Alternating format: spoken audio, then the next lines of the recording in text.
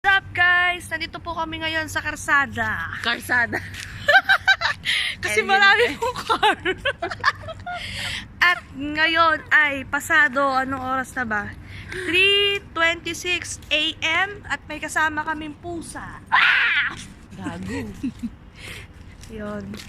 Wala lang, naisipan lang namin pumunta ng 7-Eleven kasi nagugutom kami. Siya lang. Uy, grabe to, bastos ng bibig mo. Bastos ng bibig. Hindi. Wala lang ba, gusto lang namin magpag-tripan kasi nga ito naman nakakainis. Ano siya? Kailangan namin kumain. Jump into the conclusion.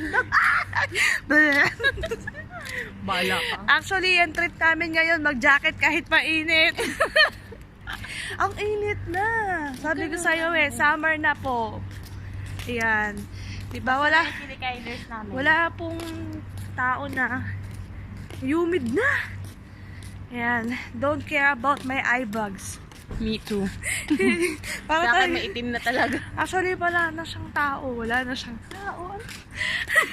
Bunso, Erika. Hindi kita mag-get. Ano masasabi mo? Wala na siyang tao. Ano masasabi mo?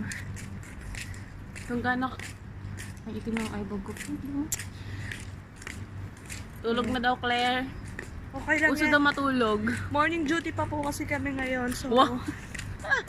hindi na kami natulog. Advance kami mag-isip. Ligo na lang kami pag-uwi. Oo, gigising din naman doon kasi. Kaya advance kami mag-isip. Medyo malayo pa po yung 7-Eleven. Siguro makakarating kami doon mga pasadong alas 4 na. Tapos makakabalik kami 4:30. Tapos matutulog kami mga 6 kasi busog. Papasok si Claire ng alas 8. Wala Gigising ako na. na 7:45. Wala na. May nanalo na. Sa puyatan, tangina. Okay lang yan yung ibang walang tatay. Hindi mainit na talaga. Humid po kung nakikita nyo iba yung yung sistema ng buhay. Hindi yan humid. Ano? Frog yan, friend. Frog.